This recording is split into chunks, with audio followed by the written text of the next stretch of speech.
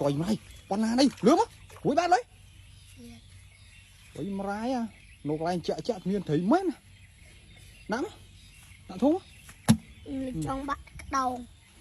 phải đạn nã thiết này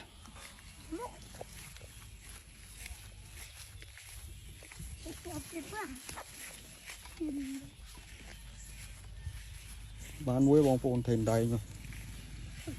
trời mà em mượn đi lòng buồn à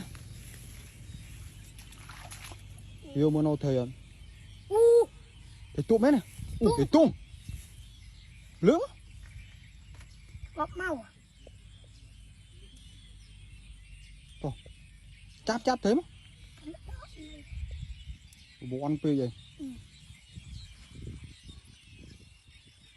cháp thấy sao nó ruồi bạt lò đỏ cái mà bạn pí không bông phôn nó đạn nào thì đây ai rồi thằng luôn quay mai buồn này rưa tiếng kia nhà mưa mà